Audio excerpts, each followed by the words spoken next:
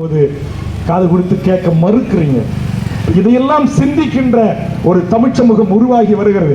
இங்கே கூட இந்த அருமை நண்பர் வன்னியரசு பல கருத்துக்களை இங்கே எடுத்து வைத்தார். என்னை வைத்துக்கொண்டு எனக்கு என்ன வேதனை. இப்போ நானும் அண்ணன் திருமாவளவன் ஆசிரியர்கள் நடந்த உலக வம்சவழி மாநாட்டிலே 2 நாட்களுக்கு முன்பாக கலந்து நேற்று தான் நான் தாயகம் திரும்பினேன். அங்கே அந்த மக்கள் கடல் கடந்து போய் வாழ்ந்தாலும் கூட அவன் அந்த இன உணர்வோடு மொழி உணர்வோடு தாய்மண் பற்றோடு வாழ்றான். ஆனால் இங்கே நாம் எப்படி வாழ்றோம்? இன்னைக்கு ஒரு அம்மா சொல்லியிருக்கு. இன்னைக்கு ஒரு தொலைக்காட்சியில் பார்த்தேன்.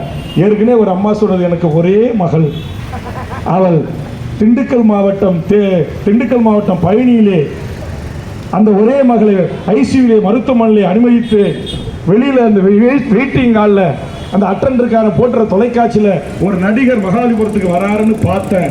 அதனால் என்னுடைய ஒரே மகள், தவமிருந்து பெத்த மகள் செத்தாலும் பரவாயில்லன்னு ஐசியூவில் அப்படியே விட்டுட்டு நான் என் கணவருக்கு சொல்லாமல் திருட்டுத்தனமாக நான் வந்து அந்த நடிகரை நேராக பார்க்க வந்தேன்னு சொல்லி தமிழ்நாட்டின் ஒரு ஊடகம், அந்த ஊடகம் பாருங்கள் இப்போ கொஞ்சம் நேரம் பதிவு பண்ணல, மூட்டை கட்டி போயிட்டாங்க. அவங்க தான் தமிழர் தந்தை ஊடகம். இதில் தமிழ் கம்பெனிங்க, சோல்னா பை பார்ட்டி, இதை எடுத்து போட்டால் யார் பார்ப்பாங்க, எந்த வியூவர்ஸ் பார்ப்பான், எப்படி நமக்கு காசு வரும் அப்படின்ற அந்த பத்திரிக்கை மூட்டை கட்டி போயிட்டாங்க. மற்றவங்களாம் வெயிலில் இருக்கிறாங்க, அந்த தொலைக்காட்சி மைக் எடுத்துகிட்டு போயிட்டாங்க. அந்த தொலைக்காட்சியில் அந்த பொம்பளை சொல்லுது, அந்த அம்மா, நான் அந்த அம்மானு சொல்ல மாட்டேன், பொம்பளைன்னு சொல்ல மாட்டேன், அது தாய், பெண்கள் கோச்சிக்க கூடாது, எங்கள் வழக்கறிஞர்லாம்.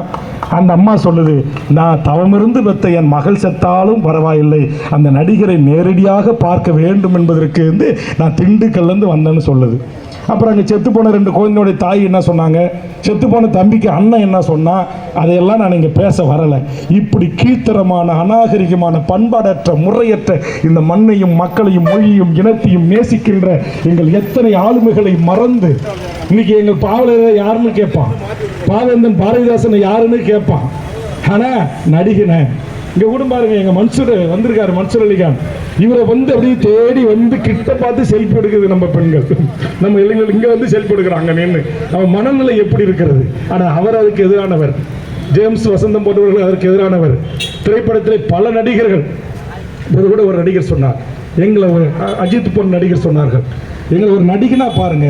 ரஜினிகாந்த் கூட நான் அவருடைய படத்தை எதிர்க்கின்ற போது என்னை தொலைபேசியில் தொடர்பு கொண்டு சொன்னார், நாங்கள் நடிகர்கள், அரிதாரம் பூசிய நடிகர்கள், மக்களை மகிழ்வித்து மகிழும் ஒரு கலைஞர்கள், எங்களை கலைஞர்களாக மட்டும் பாருங்கள், எங்களையே நீங்கள் உங்கள் தலைவர்களுக்கு நிகராக எங்களை பார்த்து ஏமாந்து போகிறீர்கள் என்று சொன்னார்கள். அதுபோல இந்த தமிழ் சமூகம் எங்கே சென்று கொண்டிருக்கிறது? எங்கே பார்த்தாலும் போதை, தண்ணி, சாக்லேட்டு, போலீஸால் ஒன்றுமே பண்ண முடியல.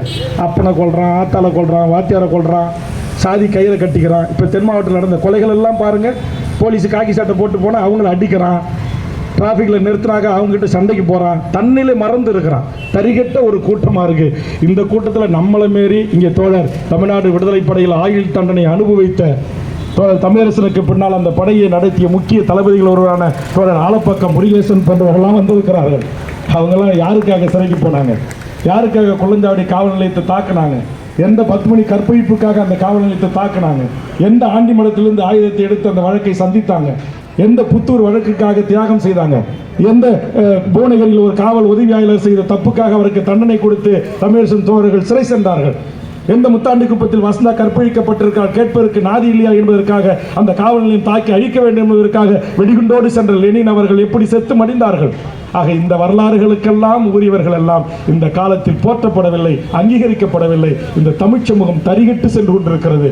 அந்த வலி, அந்த வேதனை தான் ஒரு கட்டத்தில் ஓட்டு அரசியல் எல்லாம் கொஞ்சம் தூக்கி ஓர வச்சுட்டு வேற அரசியல் பண்ணலான்னு தோணுது. அப்படி தோண விட்டுறாதீங்க. சங் பரிவார கும்பல்களே, மோடி கும்பல்களே, அமித்ஷா கும்பல்களே, ஆர்என் ரவிகளே என்பதை இந்த நேரத்திலே பதிவு செய்து, இந்த மோசமான ஆளுநர் என்கிற இந்த அதிகார பதவி, மக்களால் தேர்ந்தெடுக்கப்பட்ட மக்கள் பிறைகளை விலைக்கு வாங்கி ஆட்சிகளை கவித்து அதிகார குவியலாக்குகின்ற பாரதிய ஜனதாவின் நடவடிக்கைக்கு துணங்கி போகின்ற இந்த ஆளுநர் போன்ற பதவிகள் அது காங்கிரஸ் ஆட்சியிலும் வேண்டாம், பிஜேபி ஆட்சியில் வேண்டாம், எந்த ஆட்சியிலும் எங்களுக்கு வேண்டாம். எங்களுக்கு மக்களால் தேர்ந்தெடுக்கப்பட்ட ஜனநாயக மாண்புள்ள மக்கள் பிறைகளை கொண்ட அரசே போதும் என்பதை இந்த நேரத்தில் தெரிவித்து, இதே நிலை நீடித்தால் மீண்டும் இங்கு நண்பர் வன்னியரசு அவர்கள் சொன்னது, தனித்த உரிமை பெற்ற, தன்னுரிமை பெற்ற ஒரு சுயாட்சி அதிகாரமுள்ள ஒரு தனி தமிழ்நாடை உருவாக்குவதற்கான போர் பிரகடனம் இந்த மண்ணில் உருவாகும். அதற்கு எண்ணற்ற உயிர்களை முன்னத்தியர்கள் தந்திருக்கிறார்கள். அதை பற்றி கவலை இல்லை. உயிர் எங்களுக்கு இதற்கு சமமானது என்பதை கூறி அதிலே தேர்வுள்ள இளைஞர்களை கொண்டு இதற்கான ஒரு அரசியலை முன்னெடுக்கக்கூடிய நிர்பந்தத்திற்கு எங்களை ஆளாக்க கூடாது. எங்களை ஆளுகின்ற அரசுகள் என்பதை இந்த நேரத்திலே, அரசுகள் என்றால் அது தமிழ்நாடு அரசும் சரி, ஒன்றிய அரசும் சரி, இருவருக்கும் பொருந்தும். இதில் ஏதோ தமிழ்நாடு அரசு மட்டும் அப்படியே கட்டி பிடிச்சி குழாவி கொஞ்சி ஒன்றிய அரசு மட்டும் நாங்கள் எதுக்க வேண்டிய அவசியம் இல்லை. அரசுகள் என்றாலே அது அதிகாரத்தின் வெளிப்பாடாகத்தான் இருக்கிறது.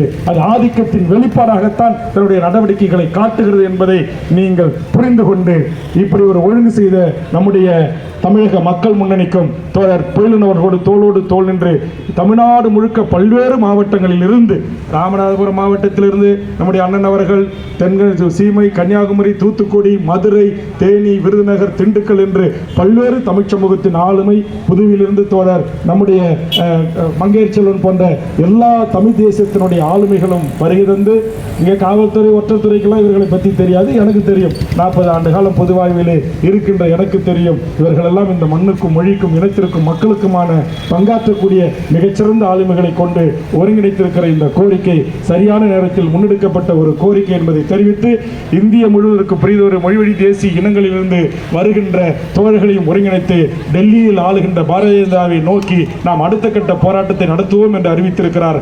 அதற்கும் நாம் செல்வோம், அணியும் ஆவோம் என்று கூறி இவ்வளவு நேரம் பொறுமை காத்த அனைத்து உறவுகளுக்கும், எனதருமை பத்திரிகை துறை நண்பர்களுக்கும், 1 மணிக்கு முடிக்கணும், ஏசி வேற செல்ல பார்த்துக்கிட்டே இருக்கிறாரு, எஸ்ஐ இன்ஸ்பெக்டர் வந்துட்டு போறாங்க, அதிகமான நேரம் நான் தான் எடுத்துக்கொண்டேன் என்று உங்கள் ஆணையருக்கு சொல்லுங்கள்.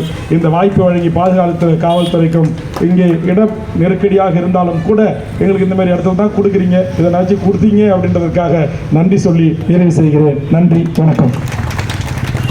அண்ணன் அவர்களுக்கு நன்றி. அடுத்தபடியாக தோழர் ஆலப்பாக்கம் முருகேசன் அவர்கள் நன்றி சொல்வார்.